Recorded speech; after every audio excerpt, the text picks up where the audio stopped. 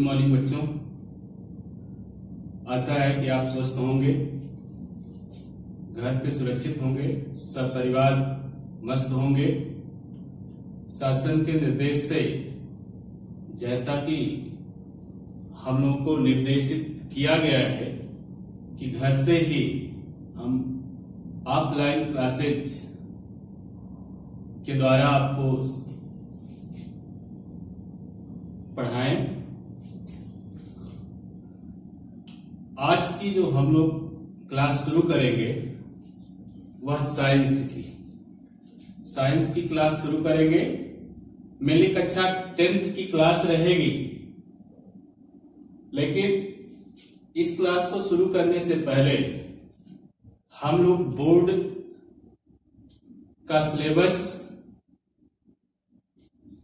Board आपसे चाहता क्या है, वो किस तरह की क्वेरी आपसे करता है, उसके बारे में डिस्कशन करेंगे।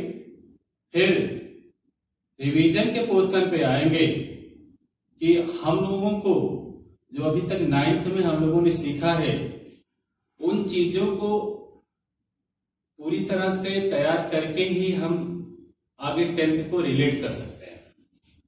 9th और 10th की स्टडी में एक डिफरेंस ये होगा, जैसा मैं 9th में भी आपसे बताता था कि 9th में हम लोग किसी भी टॉपिक को कितने भी डीप तक पूरा पढ़ सकते थे, लेकिन 10th में हम टॉपिक को पढ़ेंगे अकॉर्डिंग टू एग्जामिनेशन, क्योंकि हमारा एक टारगेट हो जाता है बोर्ड एग्जाम। बोर्ड में मार्क्स गेन करना अपना टारगेट हो जाता है, तो मार्क्स गेन करने के टारगेट के साथ साथ हम चीजों को थॉरोली पढ़ेंगे, विथ कॉन्सेप्ट पढ़ेंगे। ऐसा कि साइंस शुरू करने से पहले हम लोग ये जानते हैं कि साइंस फैक्ट्स नहीं होती, साइंस फैक्ट्स नहीं होती, फैक्ट्स इज नॉट साइंस। मतलब साइंस जो विज्ञान है वो तथ्य नहीं होते हैं, विज्ञान समझ होती है। उस समझ को अगर आप विकसित कर लेते हैं तो साइंस को आराम से समझते हैं। तो पहले हम लोग समझते हैं कि हमारा सिलेबस क्या है 10th का, फिर हम लोग रिवीजन के पोर्शन पे आते हैं। रिवीजन से पहले हम लोग सिलेबस को पैटर्न वाइज करते हैं कि हमको पहले क्या पढ़ना है, फिर क्या पढ़ना है। मंथली हम इसको डिस्क्राइब भी करते हैं। तो देखते हैं पहला जो हम लोग का सिलेबस केमिस्ट्री का चालू कर रहे हैं। केमिस्ट्री हम लोग सबसे पहले पढ़ेंगे।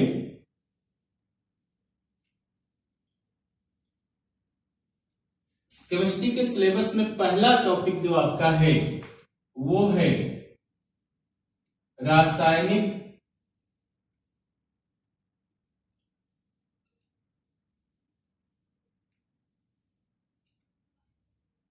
अभिक्रियाएं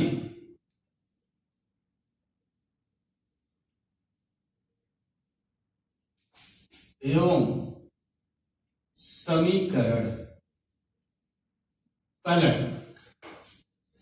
पहला चैप्टर केमिस्ट्री में हम लोगों का है रासायनिक अभिक्रियाएं एवं समीकरण, chemical reactions and chemical equations. दूसरा जो टॉपिक हम लोगों को पढ़ना होता है वो होता है अम्ल, क्षार, क्षारक बोलते हैं, क्षारक एवं लवण। दूसरा टॉपिक हम लोगों का acids, bases and salts. Acids, bases and salts.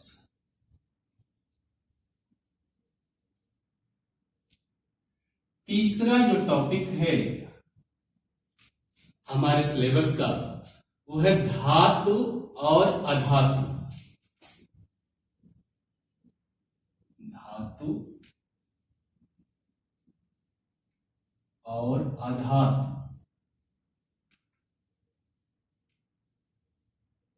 Metal and non metal.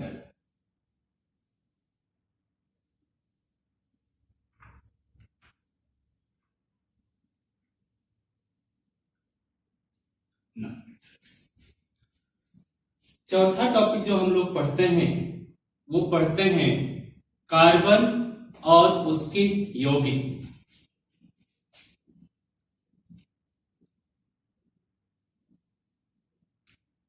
Carbon एवं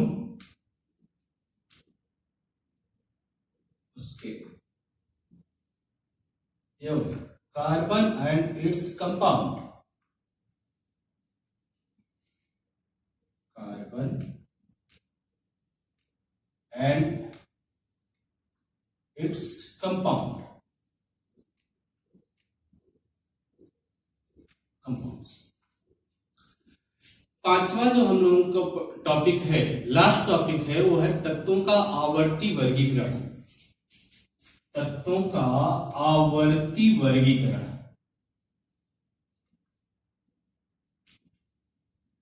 तत्वों का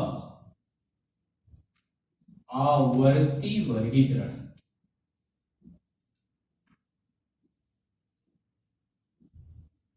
पीरियोडिक क्लासिफिकेशन ऑफ एलिमेंट्स। तो 5 टॉपिक हैं हमारी केमिस्ट्री के सिलेबस में कक्षा 10 में।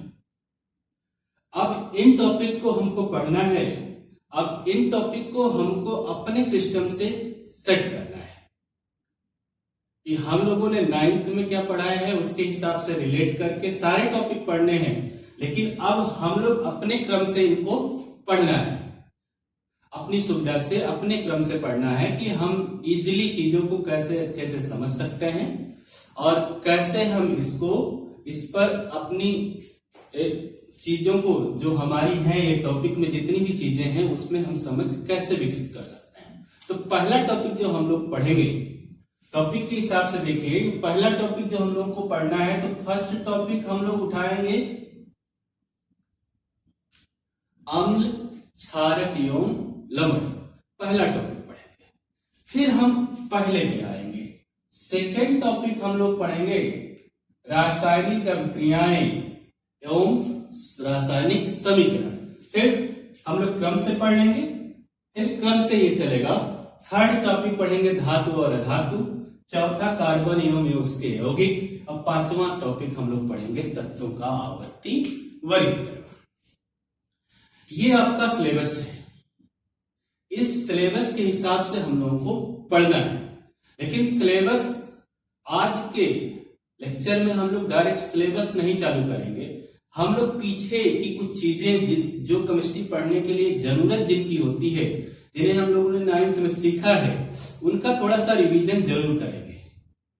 किसी भी क्लास में अगर आपको केमिस्ट्री पढ़नी है या साइंस कोई भी टॉपिक पढ़ना है तो वो पीछे जो चीजें आपको जरूरत होती है, जो आनी होती है, जिनका यूज होता है, उनको जानना बहुत जरूरी होता है। तो आज की क्लास में हम लोग रिवीजन करते हैं, कल की क्लास से हम लोग पूरा सिलेबस से पढ़ेंगे अम्ल, क्षारक एवं लवण। देखते हैं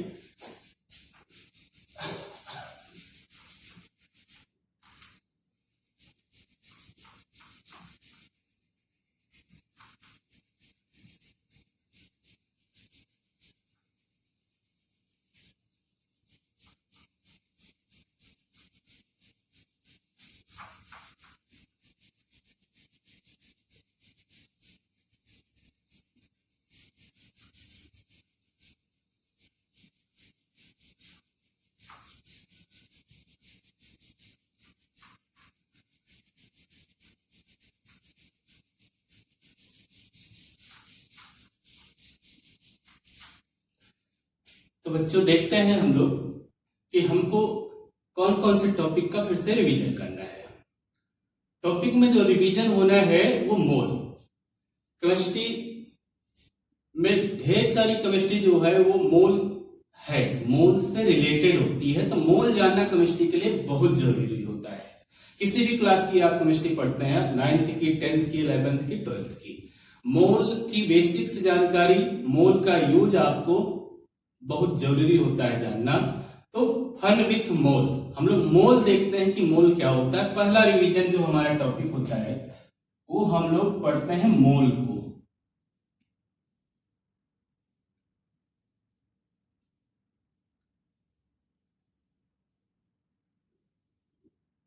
मोल बहुत जरूरी होता है जानना। देखिए, मोल को जो बताया गया आपको, ये बताया गया mole is the seventh fundamental unit, seventh fundamental unit.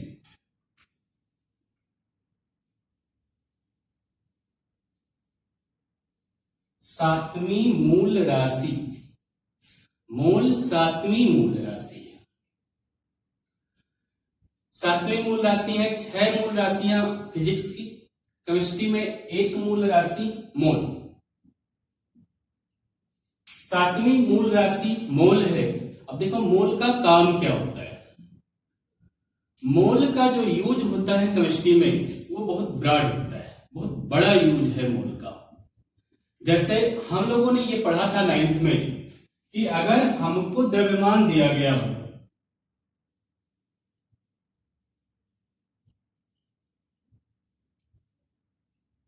द्रव्यमान दिया गया हो और हमसे पूछा जाए कि आप आयतन बता दीजिए,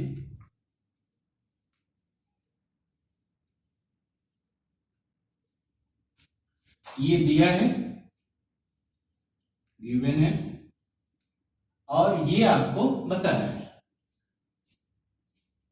कोई कंपाउंड है, कोई यौगिक है, कोई अणु है या कोई भी तत्व है जिसका द्रव्यमान दिया गया है और उसका आयतन पूछा जा रहा है आपसे।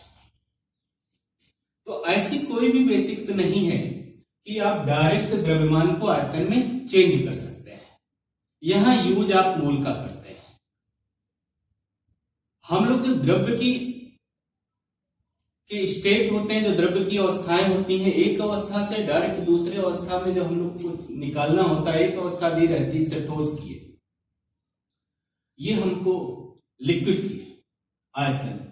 हमको द्रव्यमान से निकालना है आयतन, तो डायरेक्ट आप नहीं निकाल सकते, आपको जरूरत पड़ेगी मोल की।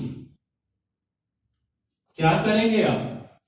द्रव्यमान को चेंज करेंगे मोल में, फिर मोल आपको देगा आपका आयतन। इसी तरह से अगर आयतन दिया हो और आपसे कहा जाए कि आप द्रव्यमान निकालिए, तो भी आप डायरेक्ट आयतन से द्रव्यमान नहीं निकाल सकते। पहले क्या करना होगा आपको? आयतन को चेंज करना होगा मोल में, फिर मोल को चेंज करना होगा द्रव्यमान।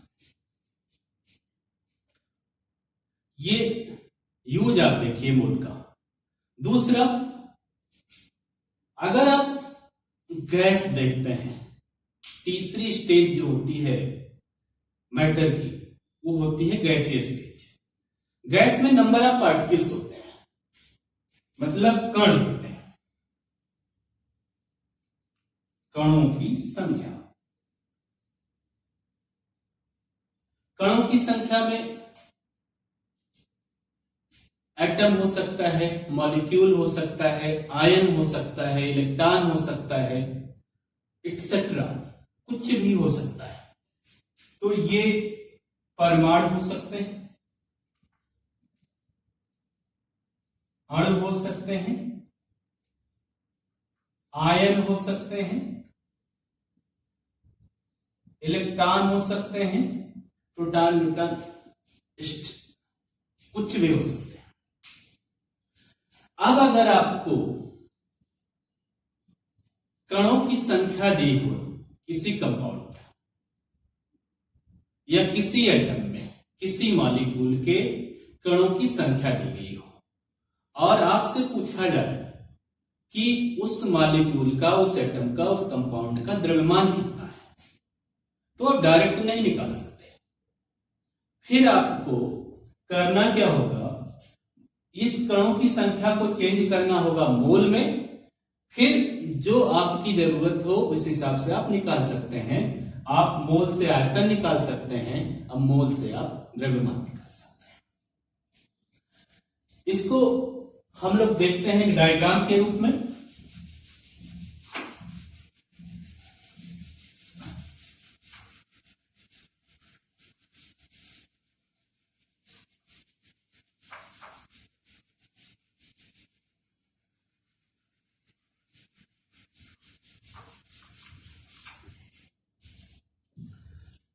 डायग्राम के रूप में जब हम लोग पढ़ते थे तो ऐसे पढ़ते थे, मोल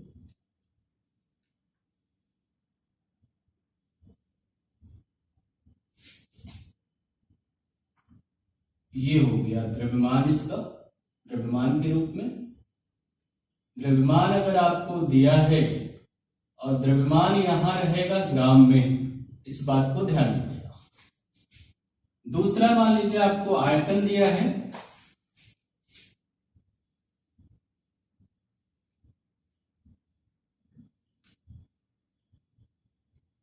आयतन आपका रहेगा लीटर में, इस बात का भी ध्यान दीजिएगा। वॉल्यूम आपका लीटर में रहेगा। तीसरा, कणों की संख्या,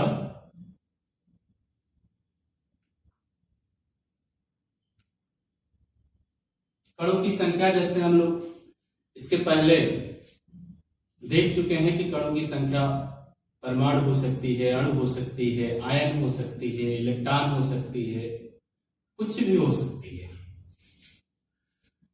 तो अगर आपको आयतन से निकालना है द्रव्यमान, तो डायरेक्ट नहीं निकाल सकते हम लोग आयतन को बदलेंगे मोल में, फिर मोल से हमारा द्रव्यमान निकल जाएगा। अगर मान लीजिए हमको द्रव्यमान दिया है और हमसे कहे कणों की संख्या निकालिए, तो हम डायरेक्ट नहीं निकाल सकते।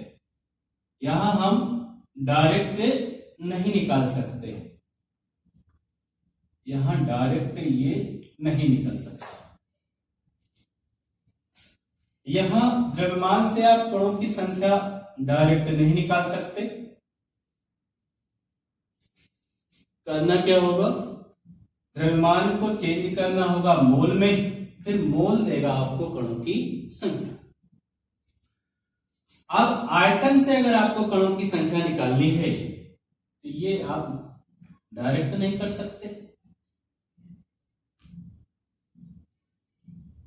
करना क्या होगा, आयतन को मोल में चेंज करो, फिर मोल से कणों की संख्या। अब कणों की संख्या से ही अगर दोनों को निकालना है तो कणों की संख्या से आयतन नहीं निकाल सकते, कणों की संख्या से द्रव्यमान नहीं निकाल सकते। फिर क्या करना होगा, कणों की संख्या को चेंज करना होगा मोल में, फिर जो आपको निकालना हो उसको आप निकाल सकते हैं। तो ये डायग्राम हमको पूरी मोल की बेसिक्स बताता है।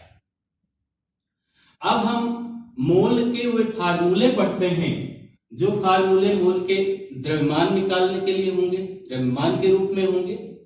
मोल का जो फार्मूला आयतन के रूप का होगा, और मोल का जो फार्मूला कणों की संख्या के रूप का होगा। और दो फार्मूले और मोल के पढ़ेंगे कि अगर आपको कोई यौगिक दिया हो और उस यौगिक के किसी एक एटम का मोल मालूम हो, तो दूसरे एटम का नंबर आप मोल आप कैसे निकाल सकते हैं। देखते हैं इसको आगे।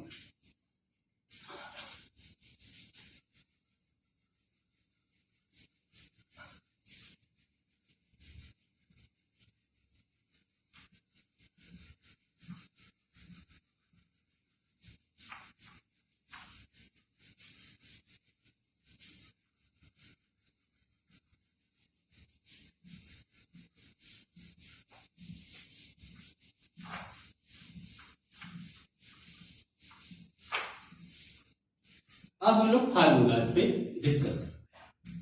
मोल के फार्मूले क्या होते हैं, एटम के लिए, मॉलिक्यूल के लिए, परमाणु के लिए कौन सा फार्मूला होता है, अणु के लिए द्रव्यमान के रूप में, ठीक है।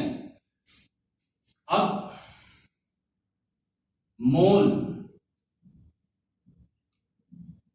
का फार्मूला पहला द्रव्यमान के लिए,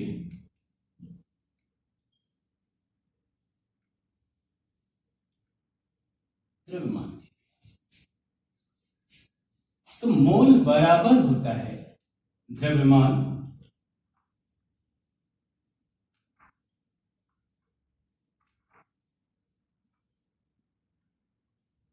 ये कंडीशन होती है कि जो आपको द्रव्यमान है वो ग्राम में होना चाहिए।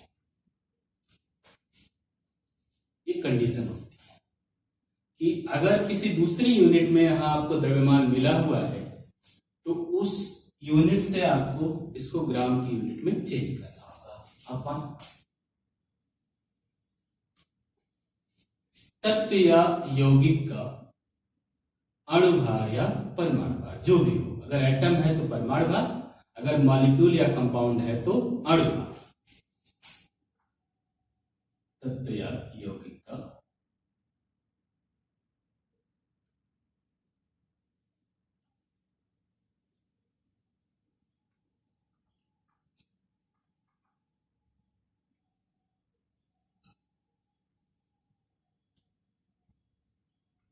परमाणु भार कब? जब एटम होगा और उसका मोल आपको निकालना होगा, तो आप द्रव्यमान एटम का बटे द्रव्यमान एटम का परमाणु भार। लेकिन अगर आपके पास अणु हो या यौगिक हो, तब आप अणु दिए गए अणु या यौगिक का द्रव्यमान ग्राम में बटे अणु भार यौगिक का या अणु भार। दूसरा फार्मूला जो बनता है मोल का, वो आयतन के रूप का।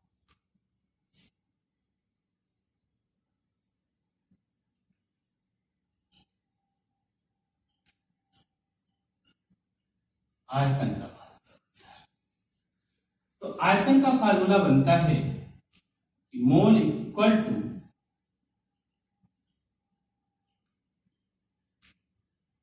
आयतन, जिसका भी आयतन हो, आयतन कंडीशन होती है कि आयतन आपको लीटर में होना चाहिए। जो आयतन दिया है उस आयतन की यूनिट लीटर में चाहिए। अपन 22.4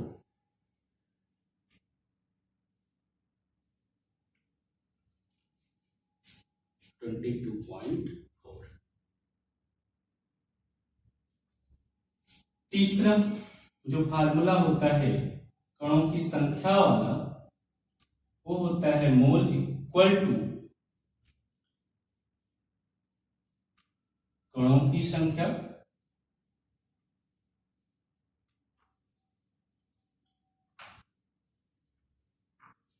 अपन अवागाद्रो संख्या, अवागाद्रो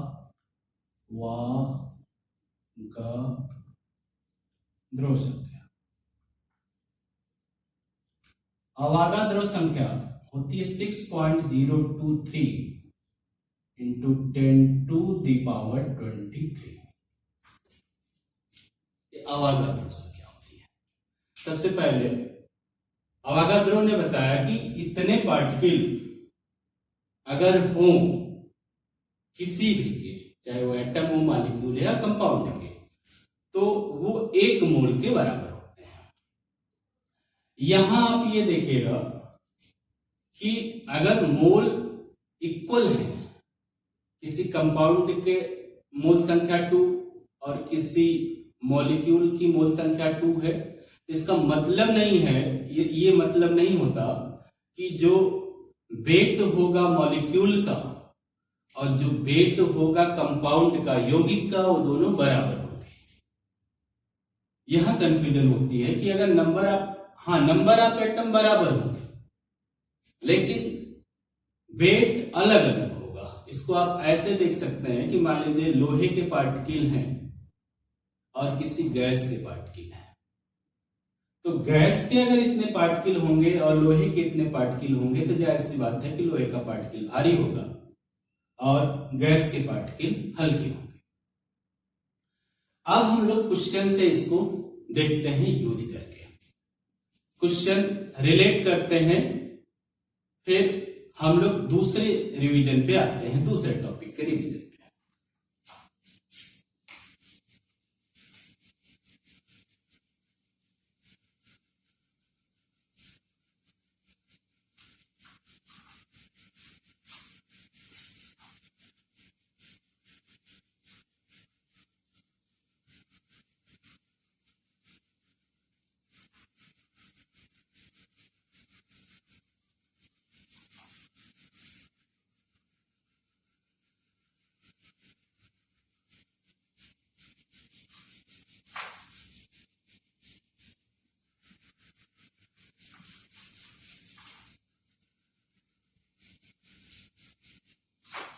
क्वेश्चन देखते हैं।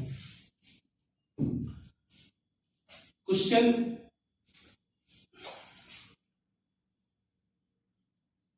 जैसे मान लीजिए क्वेश्चन 1, पहला क्वेश्चन, जल यौगिक जल का द्रव्यमान 36 ग्राम, 36 ग्राम जल का 36 ग्राम जल का द्रव्यमान दिया गया, जल का द्रव्यमान 36 ग्राम दिया गया और आपसे पूछा जा रहा है कि जल का आयतन बताइए।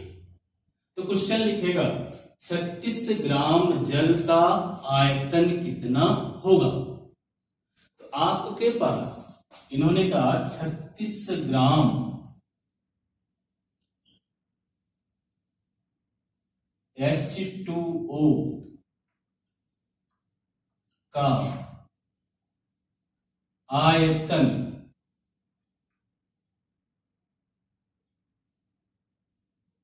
बताइए कितना होगा। अब यहां अगर इस क्वेश्चन को हम लोग ध्यान से देखें तो इसकी ये यूनिट बता रही है, ग्राम यूनिट है, तो इसका मतलब ये जो 36 है ये जल के द्रव्यमान को इंडिकेट करता है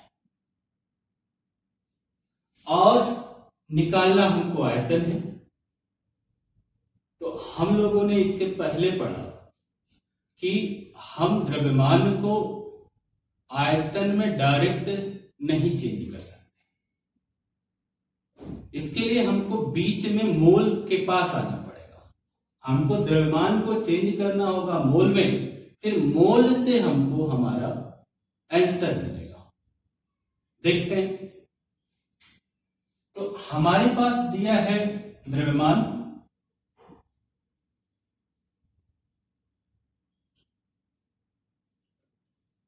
इस द्रव्यमान को हम चेंज करेंगे मोल में, फिर इस मोल से हम निकालेंगे आयतन, फिर इस मोल से हम आयतन निकालेंगे जो पूछा जा रहा है। अब देखिए मोल का फार्मूला जो दिया है वो लगाइए, वहां से मोल निकालिए। द्रव्यमान दिया है तो द्रव्यमान वाला फार्मूला लगा के आप मोल निकालेंगे। यहां पर देखिए यौगिक है ये, तो यौगिक का अणुभार होगा और यौगिक का अणुभार आपको सिखाया गया है। और एक चीज ये ध्यान रखिए कि अणुभार आपको कंपाउंड के दिए रहेंगे क्वेश्चन में। जैसे ये क्वेश्चन दिया रहेगा तो कुछ चीजों के तो जनरली आपको याद होने चाहिए, जैसे H equal to 1, O equal to 60,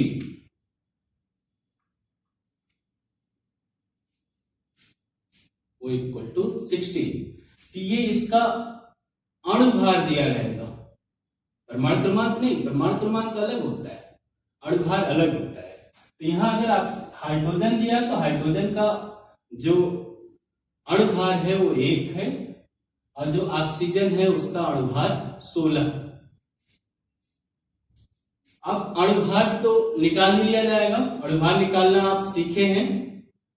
तो अणुभार हाइड्रोजन में 2 है तो 2 गुणे हाइड्रोजन का अणुभार 1, तो 2 गुणे 1 इक्वल टू 2 प्लस ऑक्सीजन का अणुभार 16, मतलब H2O का जो अणुभार निकलेगा वो होगा 16 प्लस 2 इक्वल टू 80।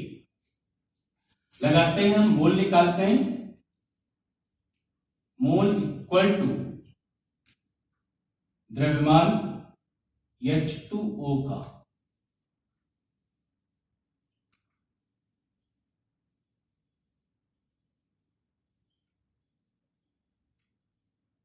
ग्राम में अपान H2O का अणुभार मॉलिक्यूलर वेट ऑफ H2O अणुभार। तो यहां से हम लोग देखते हैं कि मोल इक्वल टू हुआ हमारा, द्रव्यमान इन्होंने दिया 36 अपान H2O का अणुभार हम निकालते हैं 18, तो नंबर ऑफ मोल हुए 2। नंबर ऑफ मोल हमारा निकला 2। अब मोल से हमको निकालना है आयतन, तो मोल का फार्मूला रखेंगे आयतन वाला, तो लिखेंगे मोल इक्वल टू आयतन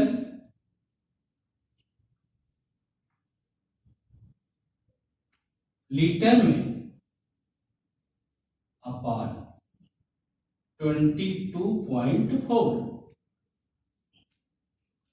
22.4 यहां से मोल जो निकाले हैं, मोल का संख्या लिख देंगे 2 इक्वल टू हो गया आयतन अपान 22.4। इन दोनों का गुणा हो जाएगा, तो जो हमको आयतन निकल के आएगा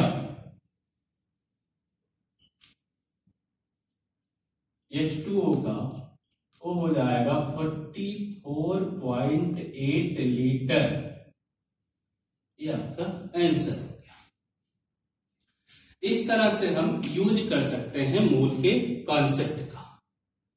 तो एक क्वेश्चन आपको बताया गया एक कॉन्सेप्ट से, इसी तरह से आप सब में यूज कर सकते हैं। आपको करना क्या होगा कि अगर एक फेज दिया होगा किसी मैटर का, आपको दूसरे पेज में जैसे द्रव्यमान दिया है, आयतन निकालना है, तो द्रव्यमान को चेंज करें आप मोल में, फिर मोल से निकालें आयतन। अगर आपको आयतन दिया है और कणों की संख्या निकालनी है किसी भी मॉलिक्यूल की, किसी भी कंपाउंड की, किसी भी एटम की, तो आप जिस एटम कंपाउंड या मॉलिक्यूल का आयतन दिया है, उस एटम कंपाउंड या मॉलिक्यूल का मोल संख्या निकालें। फिर वह मोल संख्या आपको आप कणों की संख्या दे देगी, एटम के, मॉलिक्यूल के या कंपाउंड की, जो भी कणों की संख्या है उसमें वो आपको मालूम चल जाएगा। तो इस तरह से क्वेश्चन आप कर सकते हैं। घर के लिए जो क्वेश्चन है जो आप लिख लें, क्वेश्चन मैं बोल रहा हूं, 2 क्वेश्चन हम देंगे आपको। 2 क्वेश्चन आप वर्कशीट जब भेजेंगे हमारे पास, तो वह 2 क्वेश्चन आप भेजेंगे अगली क्लास के पहले। तो क्वेश्चन आप लिखें,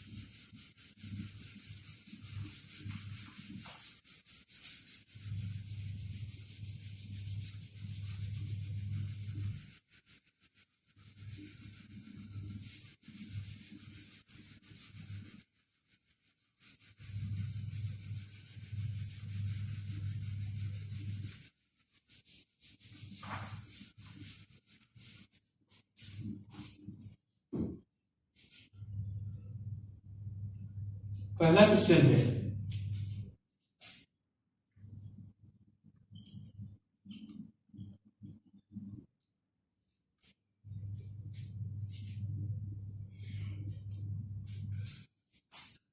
.023 गुणे 10⁻23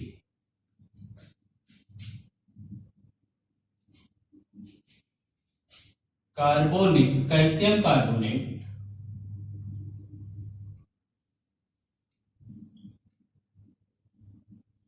के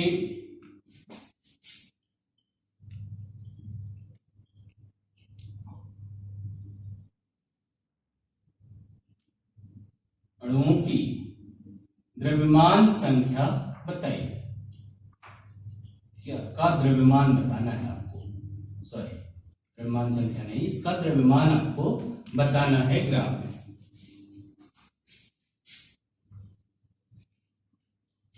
द्रव्यमान आपको बताना है। दूसरा क्वेश्चन,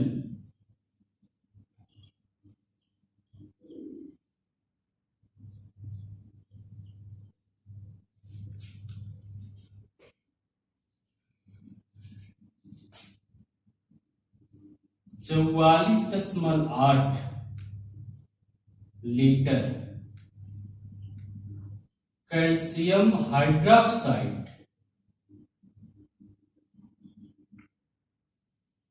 का द्रव्यमान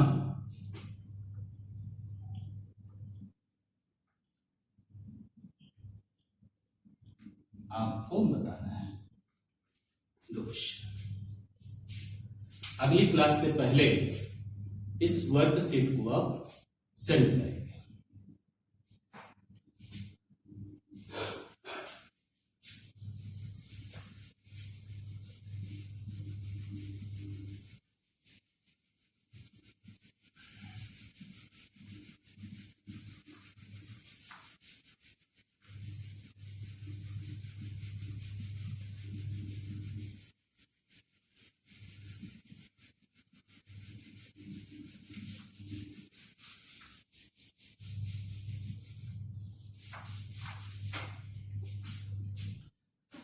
अगला जो टॉपिक है जिसको हम लोगों को जानना होता है रिवीजन के लिए, वो है फंडामेंटल पार्टिकल्स, मूल कण।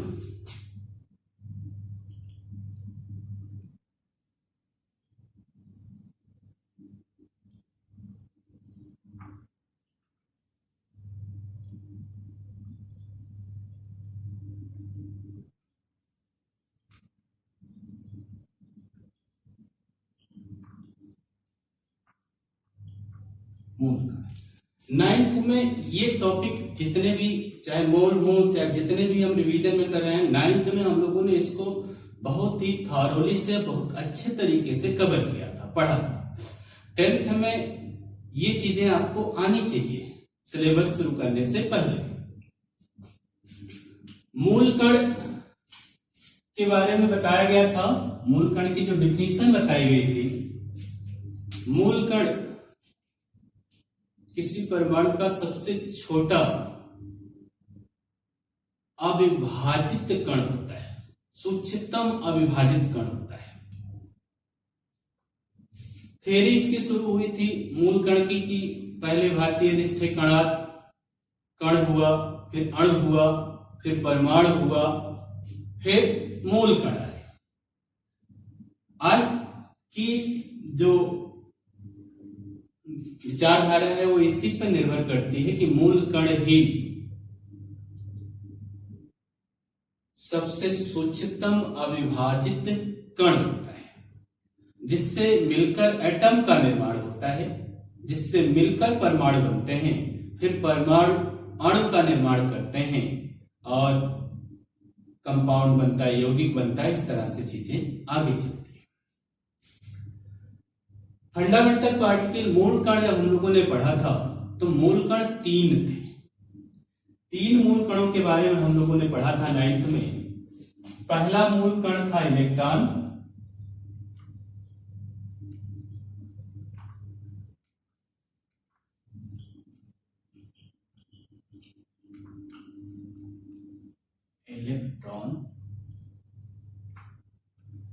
दूसरा मूल कण हम लोगों ने पढ़ा था प्रोटॉन,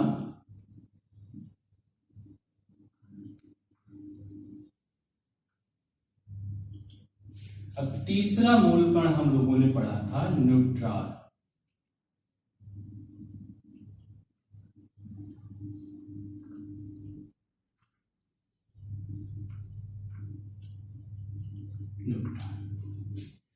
ये 3 मूल कण हम लोगों ने पढ़े थे। अब तीनों के बारे में हम लोगों ने बहुत थॉरोली अध्ययन किया था। इसके सारे कॉन्सेप्ट हम लोगों ने देखे थे।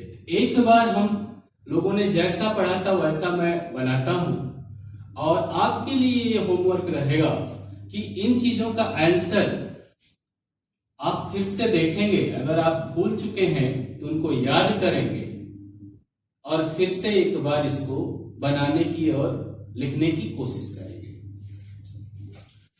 एक एक करके शुरू करते हैं।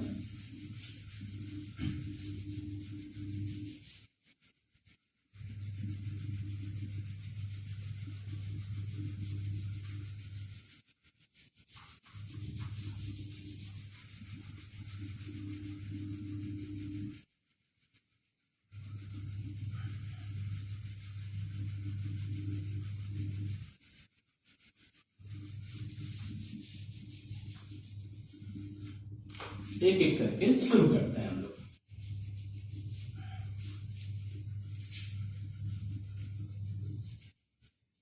पहला मूल कण लेते हैं इलेक्ट्रॉन।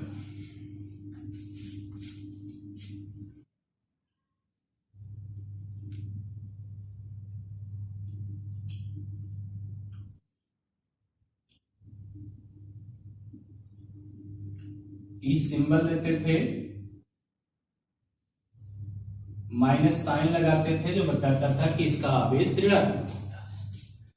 एक मूल कण का डिस्कशन कर लेंगे, बाकी दोनों को आप कीजिएगा, रिवीजन जरूर कीजिएगा, इसका याद जरूर रहना चाहिए। हम लोगों ने जब इलेक्ट्रॉन पढ़ना चालू किया था तो पहला जो क्वेश्चन किया गया था आपसे वो ये किया गया था कि क्या है,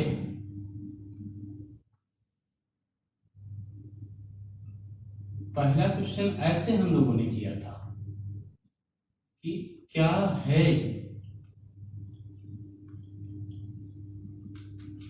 याद आया होगा आपको। पहली चीज ये पूछी गई थी कि आपसे कि इलेक्ट्रॉन क्या है। जो दूसरा क्वेश्चन इलेक्ट्रॉन से बना था वो ये बना था कि कहां है।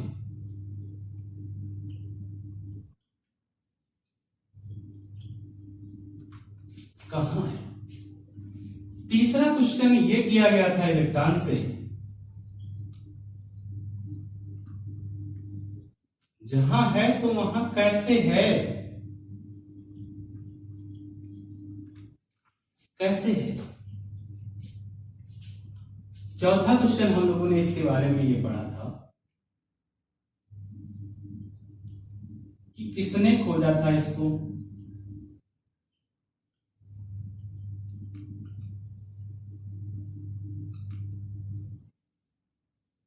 किसने खोजा था। पांचवा जो प्रश्न इस पे बना था वो ये बना था कि कैसे खोजा गया था, कैसे खोजा था इसको।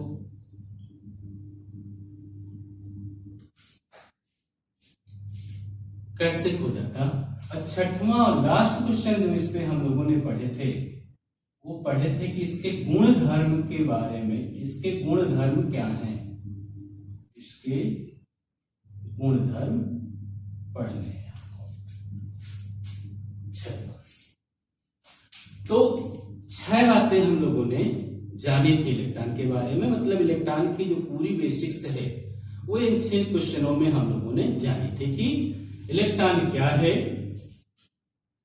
कहां है, एटम में इलेक्ट्रॉन की स्थिति कहां है। तो क्या है इसका आपने आंसर दिया था कि इलेक्ट्रॉन, यहां ऋण साइन आपने देखा था तो आपने कहा था ऋणावेशित है। मूल कण पढ़ ही रहे हैं तो आपने कहा था कि इलेक्ट्रॉन ऋणावेशित मूल कण है। कहां पर है तो आपने कहा था कि परमाणु में नाभिक के चारों ओर निश्चित ऊर्जा स्तर की जो स्थिर कक्षा होती है उसमें इलेक्ट्रॉन लगातार चक्कर लगाते रहते हैं। अगला है कि कैसे है, तो आपने कहा था कि सेंटीपिटल फोर्स। किसने खोजा था, तो आपने नाम बताया था कुछ, जे टॉमसन। कैसे खोजा था ये भी बताया था आपने। गुणधर्म क्या होते हैं, तो गुणधर्म में 3 बातें। पहला तो कि इसका आवेश कितना है, दूसरा इसका द्रव्यमान कितना है, और तीसरा इसका द्रव्यमान ऊर्जा अनुपात कैसे होता है, निश्चित होता है कि अनिश्चित होता है। गुणधर्म में 3 बातें पढ़ी थी। यही सारे प्रश्न हम लोगों ने प्रोटॉन के लिए भी पढ़े थे और यही सारे प्रश्न हम लोगों ने न्यूट्रॉन के लिए भी पढ़े थे। तो ये रिवीजन आपके ये तीनों के होने चाहिए। ये 6 प्रश्न अगर आपको आते हैं तो आप फंडामेंटल पार्टिकल्स को पूरी तरह से जानते हैं। आगे का जो रिवीजन अपना है,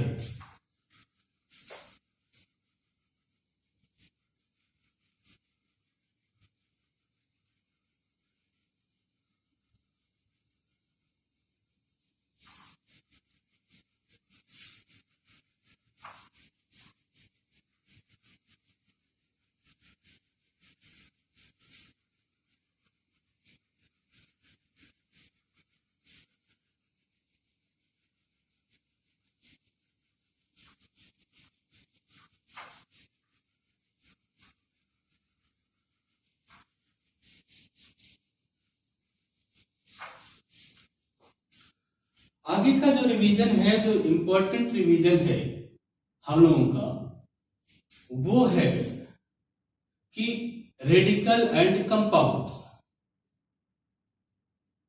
कि कोई यौगिक है, कोई यौगिक आया, तो उस यौगिक का नाम तो आपको रटना नहीं होगा कि आप जितने यौगिक हैं सारे यौगिकों के नाम आप रटते थे।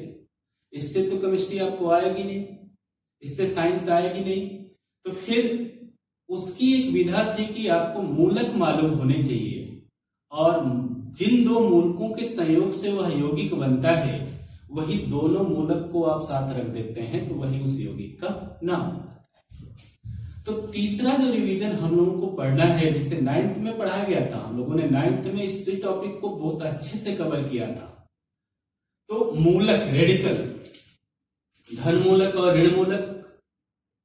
धन मूलक जनरली आपके इलेक्ट्रॉनिक कॉन्फ़िगरेशन, इलेक्ट्रॉनिक विन्यास आपको जब पढ़ाया गया था तो धन मूलक कंफर्म हो गए थे। ऋण मूलक में कुछ तत्वों के मूलक में एक से ज्यादा ऋण मूलक थे, तो उनको आपको याद करना पड़ता था। जैसे सल्फर में मूलक था सल्फाइड, सल्फेट और थायोसल्फेट। नाइट्रोजन में था नाइट्राइड और नाइट्रेट। इसी तरह से आपका बाई मूलक आते थे, तो किसी भी ऋण मूलक में अगर आप H जोड़ते थे, शर्त ये होती थी कि जो ऋण मूलक हो वो -1 ना होना चाहिए, -2 हो, -3 हो, इस तरह से हो, तब उसमें आप H को जोड़ देते हैं। अगर आप H जोड़ते हैं किसी ऋण मूलक में तो वो उसका बाई मूलक हो जाता है। जैसे कार्बोनेट CO3-2, कार्बोनेट मूलक आपका हुआ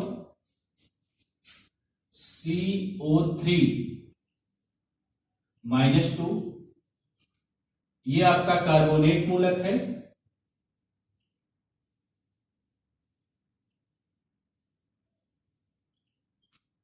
इसी में जब हम लोग H ऐड करते हैं,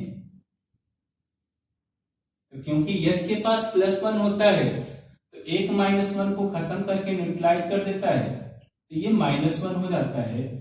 इसे बोलते हैं बाई मूलक, तो ये हो जाता है बाई कार्बोनेट।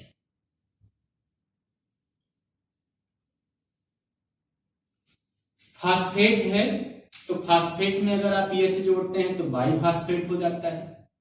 सल्फेट है, H जोड़ते हैं तो बाई सल्फेट हो जाता है।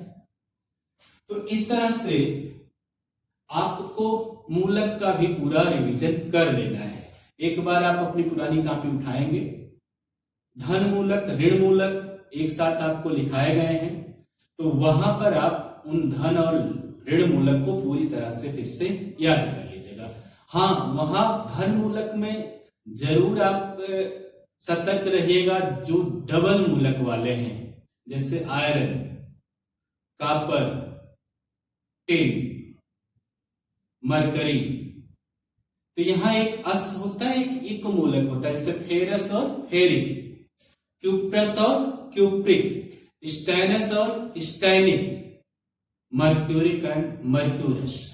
तो यहां पर जरूर आप ध्यान दीजिएगा कि कौन सा मूलक F+2 या F+3, तो F+2 क्या होता है और F+3 क्या होता है, कौन फेरस होता है और कौन फेरिक होता है, Cu+1 या Cu+2। तो Cu+1 या Cu+2 में आपको ये जरूर ध्यान रखना है, केयरफुली ध्यान रखना है कि इसमें क्यूप्रिक कौन होता है और क्यूप्रस कौन होता है। तो काफी एक बार आप खोलेंगे और जो भी मूलक है मूलक को पूरी तरह से लर्न करेंगे और वहां से जो यौगिक बनवाया गया था उसको भी एक नजर देख लीजिएगा। यौगिक बनवाने के समय हम लोगों ने आपको रूल बताए गए थे।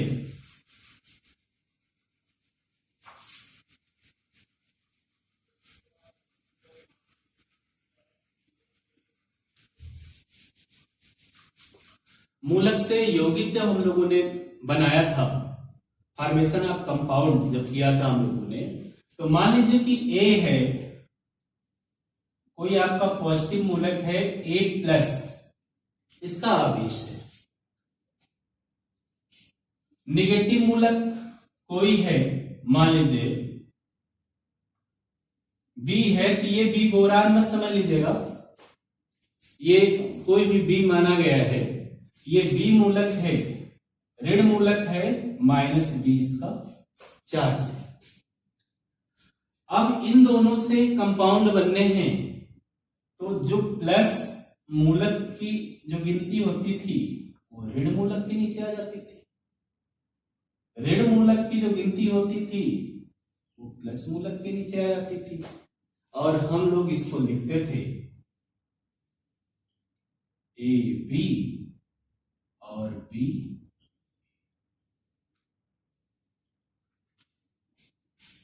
ये इसका फार्मूला हो जाता था।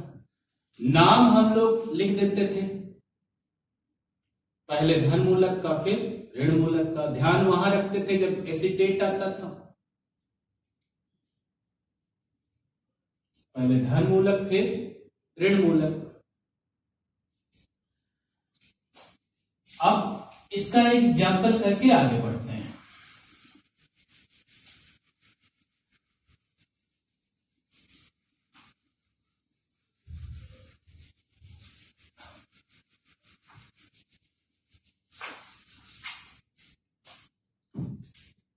जैसे हम लोगों को अगर लिखना हो सोडियम कार्बोनेट,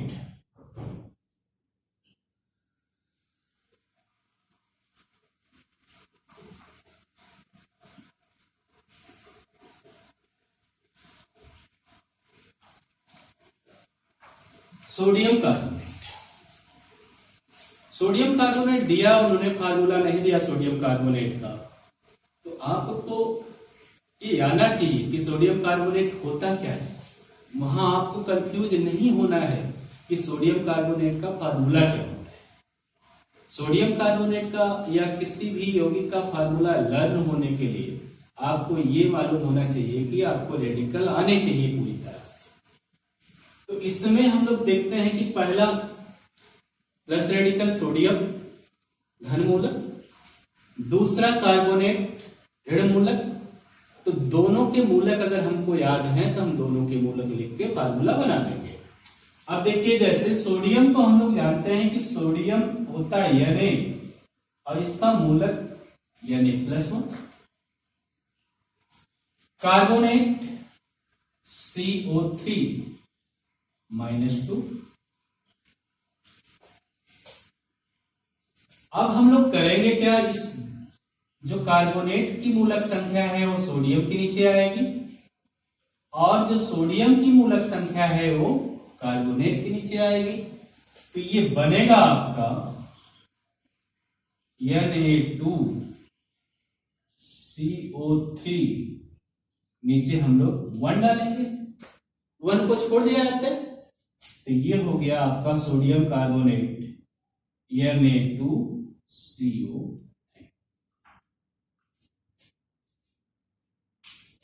ये रिवीजन हो गया। अगला रिवीजन का टॉपिक जो हम लोगों का होगा वो होगा इलेक्ट्रॉनिक कॉन्फ़िगरेशन, इलेक्ट्रॉनिक विन्यास। हम लोगों ने 9th में 2 तरह के इलेक्ट्रॉनिक विन्यास सीखे थे, एक बोर-बरी का इलेक्ट्रॉनिक विन्यास सीखा था, एक अबाउ तालिका से इलेक्ट्रॉनिक विन्यास सीखा था। अब वो दोनों इलेक्ट्रॉनिक विन्यास, जो अबाउ तालिका का इलेक्ट्रॉनिक विन्यास है वो इलेक्ट्रॉनिक विन्यास आपको आने चाहिए। वहीं से आपको कोष, उपकोष, कक्षक भी कंफर्म हो जाता है, मतलब पूरा एटॉमिक स्ट्रक्चर का डाटा आपके पास कंफर्म होता है। तो एक बार सरसरी निगाह उस पे भी डाल दीजिएगा। आज के लिए इतना ही। हम लोग मिलते हैं नेक्स्ट क्लास में। लेकिन नेक्स्ट क्लास में मिलने से पहले जो आपको 2 क्वेश्चन दिए गए हैं उनको आप करके आपको वर्कशीट में सेंड करना है। दूसरा, जो भी रिवीजन का टॉपिक आपको बताया गया है वह टॉपिक आपको कंफर्म करके आना है। धन्यवाद।